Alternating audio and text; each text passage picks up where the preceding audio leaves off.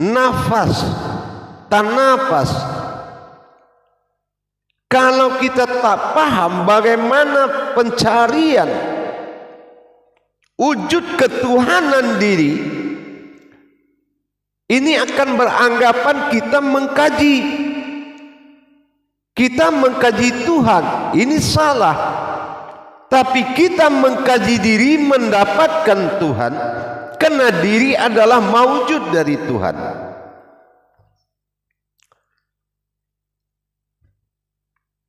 Jangan ada rasa keterpisahan di dalam pencarian tadi. Cepat sambut dengan pandangan bahwasan yang dikaji ini maujudnya adalah kita sendiri. Ini yang dikatakan batin yang terlihat. Manusia itu adalah wujud batin Allah yang terlihat. Bukan seorang manusia mengkaji tentang Allah.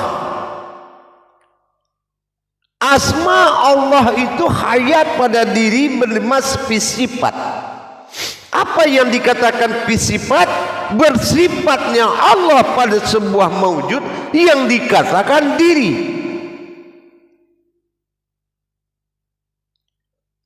Jadi tidak ada pembahasan ketuhanan di luar pembahasan diri. Semua kembali kepada pembahasan tentang wujud sebuah diri. Makanya kita harus benar-benar memahami yang kita kaji ini adalah maujudnya Allah yang bernama diri. Cuma diri jangan dikasih nama dulu sebelum kita memasuki masa iman. Di dalam masa ilmu tidak ada penyebutan sebuah diri. Tidak ada penyebutan asma sebuah diri, tetapi adalah diri yang berdiri.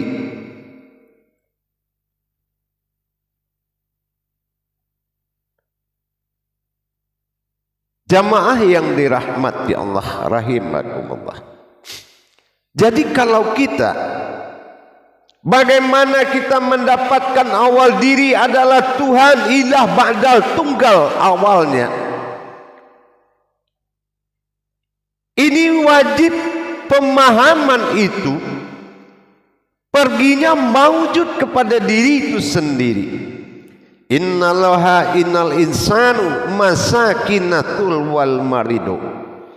Sesungguhnya aku jadikan engkau dari rahasiaku. Tidak ada yang kecuali tahu hanya dirimu sendiri.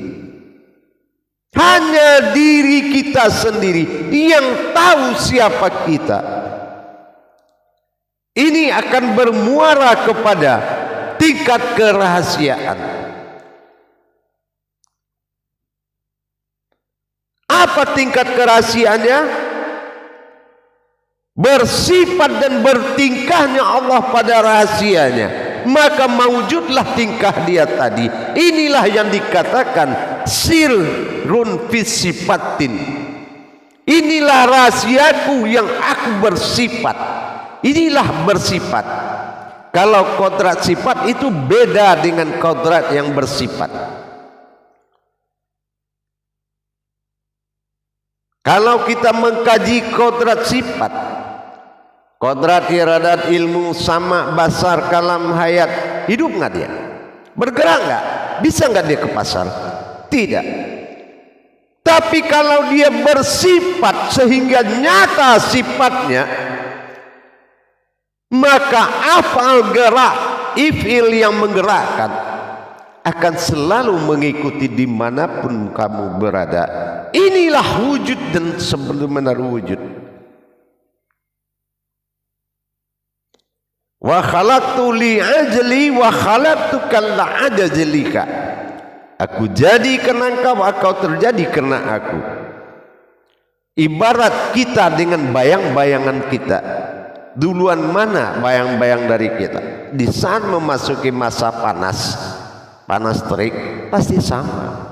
Tapi adakah yang menciptakan bayang-bayang? Tidak ada. Bayang-bayang terjadi karena ada sebuah wujud yang berdiri. Begitulah yang dikatakan wujud dan maujud.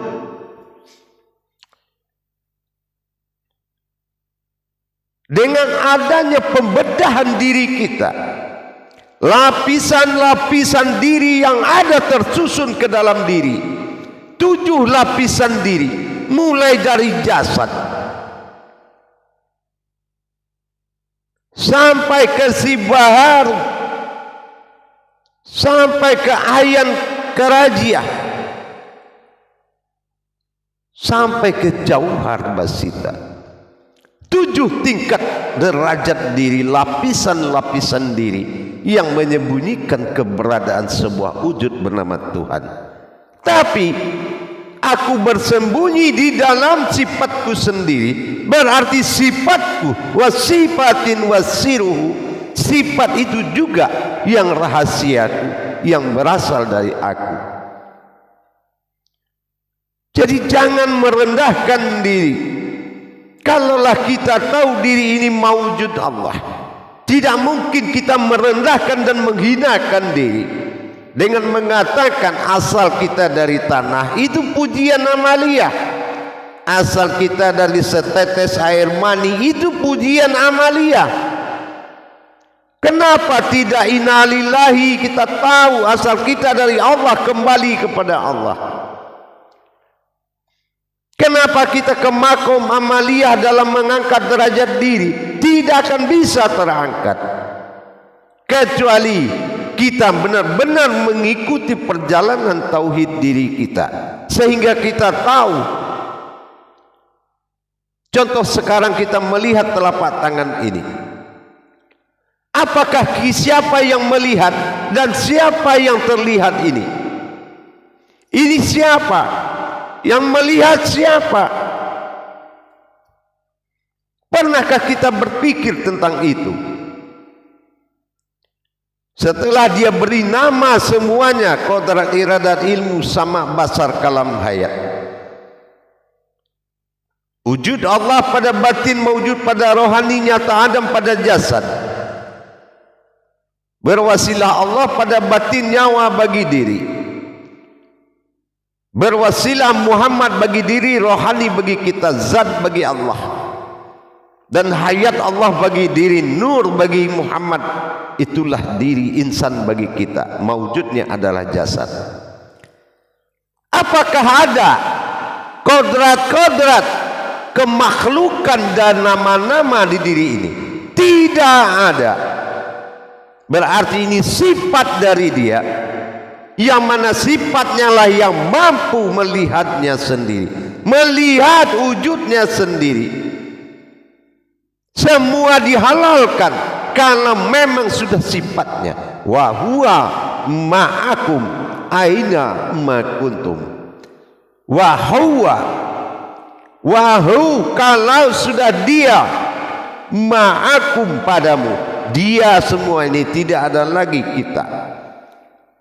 Aina, maka saya makuntum adalah kamu. Itulah mawujud. Al-Hadid ayat 4. Al-Hadid besi, keras, yakin, isbatul yakin.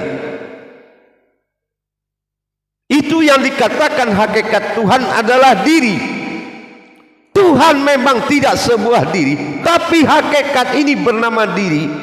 Dirinya miliknya Allah. Wujud Tuhan wahid tunggal. Mengangkat derajat ketuhanan melalui diri. Dan diri adalah yang terangkat. Kalau awalan semua itu diri. Kalau ada orang memuji Allah kepada melalui dirimu karena kamu memberikan pemahaman yang baik, maka kamu yang terpuji.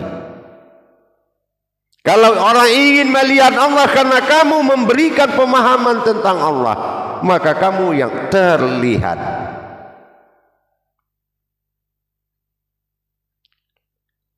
Apabila alam ingin menyembah Allah melalui dirimu, maka kamulah tersembah.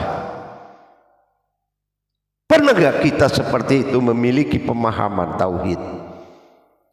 Tapi kalau kita selalu menjadi makhluk-makhluk yang berkapasitas sebagai umat, yang makomnya adalah penyembah, bukan penghadap. Bagaimana bisa kembali kepada Allah? Alif lawan alif, inna lillahi, alif awal alif akhir. Bagaimana aftar dan ba'dal ini bertemu? Alif tersirat dengan yang tersurat.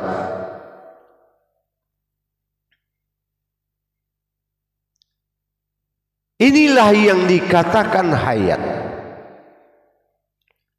Kehidupan Allah adalah hayatnya. Inilah jasad, akidah, akhlak, iman.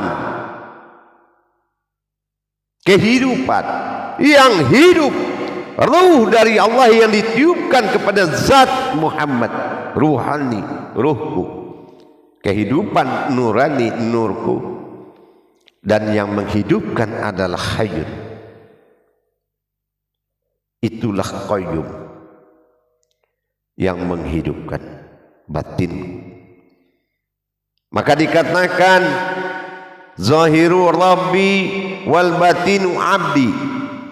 Zahirmu adalah wujud dari Tuhanmu, sementara kamu adalah batinul abdi, sebuah batin yang mengabdi. Mana batin? Bukan batin di dalam, tapi batin meliputi sekalian alam. Batasan diri yang rahasia meliputi sekalian alam, menuju wujud diri yang rahasia, yaitu batin yang terlihat. Mana batin yang melihat dan mana batin yang terlihat? Ini juga harus menjadi pokok pencarian kepada Tuhan. Kalau pokok pencarian kepada Tuhan tajalinya tidak melalui tajalli sirullah, bukan Allah yang menuju, bukan Allah yang dituju berarti. Jadi jangan berprasangka dalam paham, tapi berprasangkalah dalam kedudukan. Sudahkah kedudukanmu? Muhammad datang, Allah menunggu. Sudahkah kedudukan Muhammad untuk menuju Allah? Ini perlu kembali kita pikirkan dan kita waspadai. Makanya Allah pesan kepada kita 3 perkara. Muqarabatu fi ruhi, waspadailah apa ruh hayatmu sebenarnya. Muqarabatun fi siri, waspadailah apa yang disebut rahasia pada dirimu. Mana diri yang rahasia itu? Yang ketiga, muqarabatun fi qalbi, mana kalbi itu yang tempat kamu berpijak. Mana hati halus tempat kamu berpijak.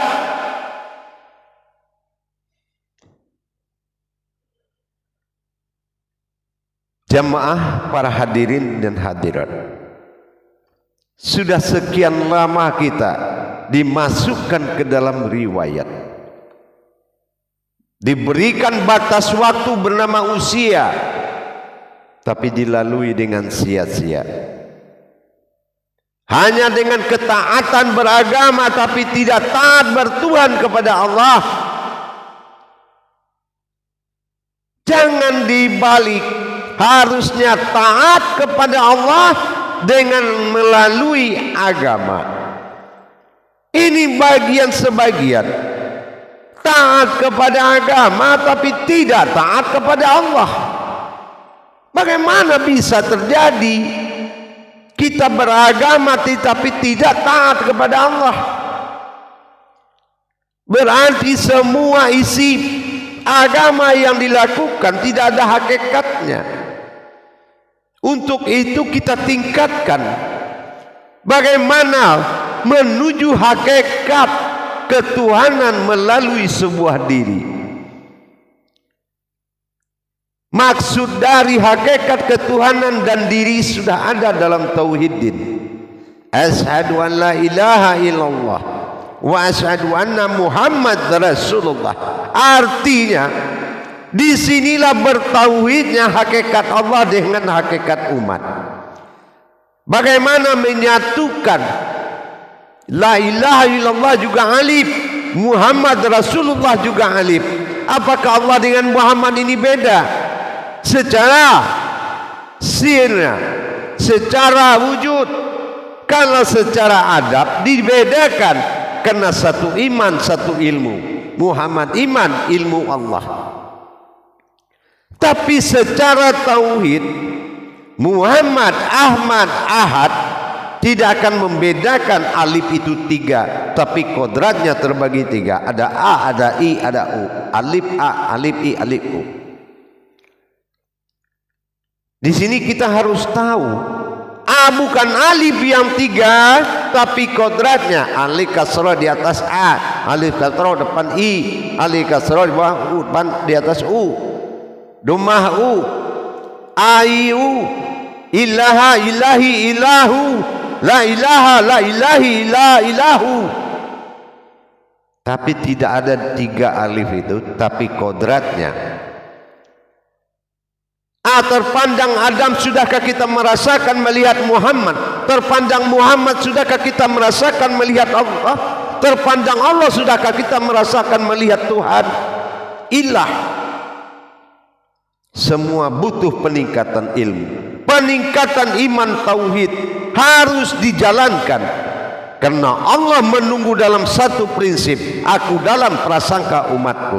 Kalau prasangkamu rendah, tak akan sampai kepada wujud arasnya Allah. Jadi semua perbuatanmu sia-sia. Seperti bagaimana kita seperti ini selama ini dikatakan kepada guru-guru kita. Amal yang pertama dihisab adalah sholat. Apabila sholatmu rusak, maka rusak semua amalmu. Kenapa sholat ini tidak jadi acuan umat Islam? Kebanyakan rukun iman dipindahkan ke rukun Islam. Di rukun Islam baru dia kaji surga, dia kaji neraka. Di rukun iman dia kaji sholat, sembahyang. Kenapa turun derajatnya? Ini masih jadi tanda tanya. Apa ilmu ulamanya yang kurang, atau memang kejaran jamaahnya yang tidak ada?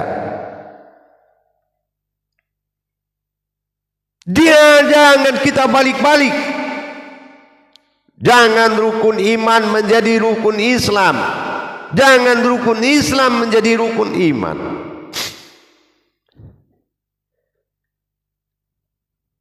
Semuanya kembali ke kita. 5 rukun Islam, 6 rukun iman, 5 kali 6 30 juz. Nih wujud diri yang akan menentukan semuanya. Tiang utama Islam itu adalah diri, juz, nas, ba, alif, sin, bismillah, al-fatihah, Anas, ba, alif, shin. Bertajali Allah dalam bismillah. Berdiri dan bertajali Tuhan kepada diri bernama Al-Fatihah. Dan mawujud nyata Allah pagi diri dinamakan Anas, ba, alif, shin, bis. Kenapa tidak bisa milah? Karena milah adalah langkah Allah yang akan mewujud pada Rahman, jasad, kuling, daging, urang dan tulang, Rahim, batin, zat dan nur. 7 sifat tajalli Al-Fatihah mewujud dalam An-Nas, berhasil dalam Al-Ikhlas.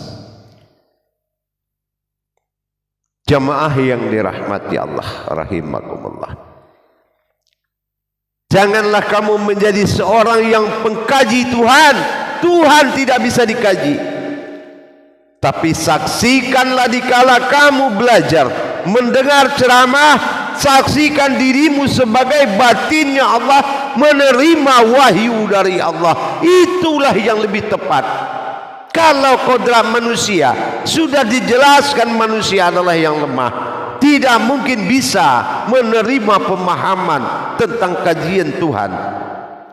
Tuhan gak bisa dikaji, tidak bisa dibahas, melainkan pembahasan kodrat bernama diri naf.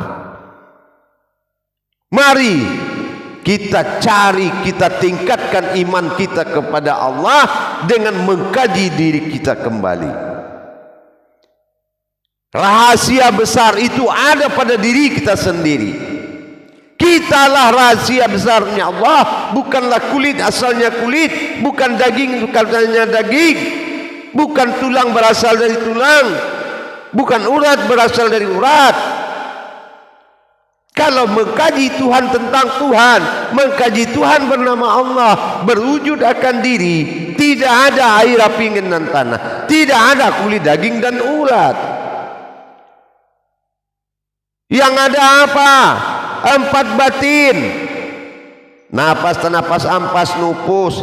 Baru hadir 4 zat, diwadi, mani, manikam.